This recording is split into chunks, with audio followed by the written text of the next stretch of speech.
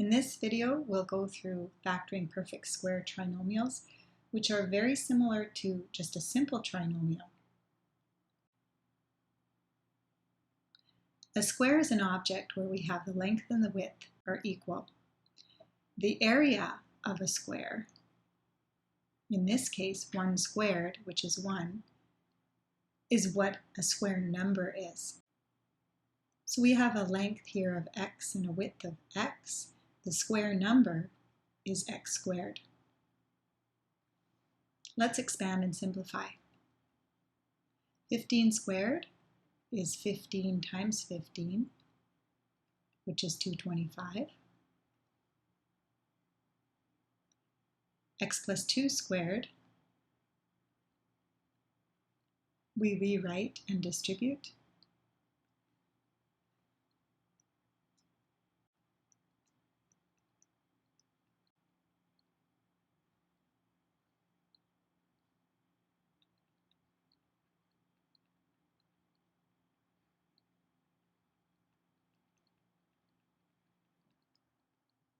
And finally,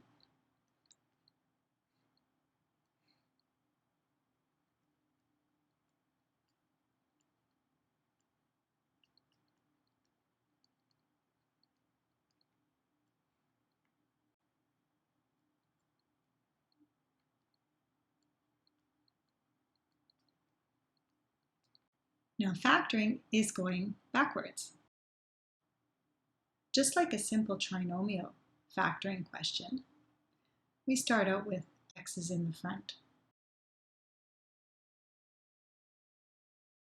Now we're looking for two numbers that multiply to give 4 here and combine to give the middle term. Those two numbers would be 2, 2. Notice the two factors are identical. These two numbers are square numbers. 5 times 5 is 25, and 2a times 2a is 4a squared.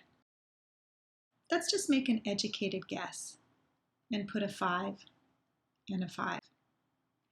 Now we know that middle term needs to combine to give a negative 20, and the only way to get a negative would be to put two negatives here.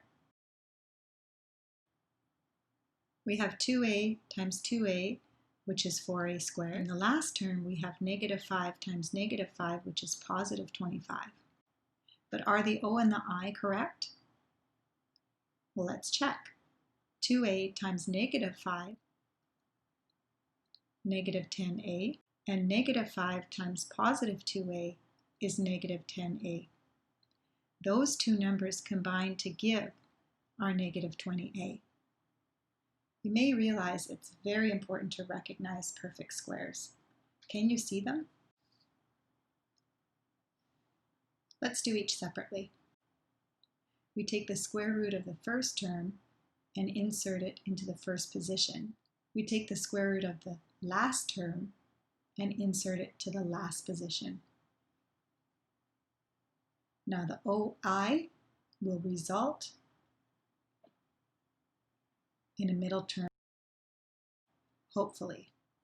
Y squared plus 8y plus 8y gives 16y plus a 64.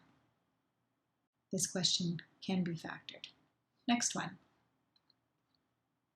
Square root of the first term, square root of the second. The OI need to combine to give negative 12, so our signs must be negative.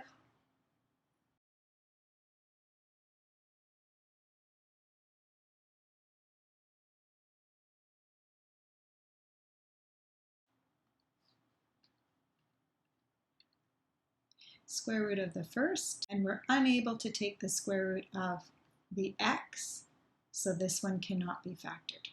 Finally, our answers can be written to the second power. Let's review some perfect squares. Here's our multiplication chart from 1 to 20. All of the perfect squares are found in the diagonal. You need to be able to recognize these perfect squares. Now what about if we have a times a? Or x squared times x squared, or y cubed times y cubed. How about x, y? A squared,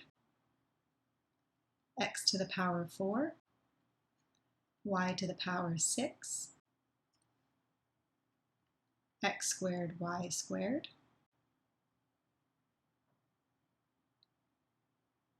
Now what about y to the power 16?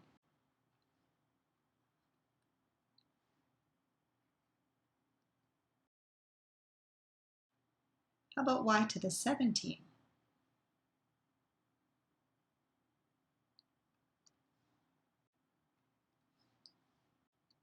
No, that is not a perfect square. So the important thing is even powers are perfect squares. We have a trinomial, so we'll set up the binomial times binomial. Square root of 1, square root of 25y squared, and the sign's negative. Let's just check if we get a middle term of negative 10y. FOIL, and yes we do. Trinomial, square root of 36a squared is 6a. Square root of 25b squared is 5b. And the sign would be a plus. Let's check.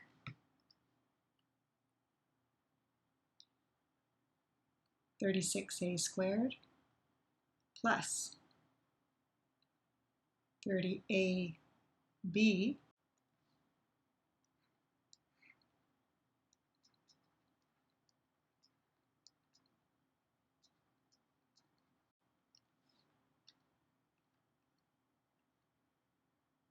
we have 9t, and we have u. Both signs are plus. 81t squared plus 9tu plus 9tu plus u squared. The middle term should have been a tu, so therefore this one cannot be factored.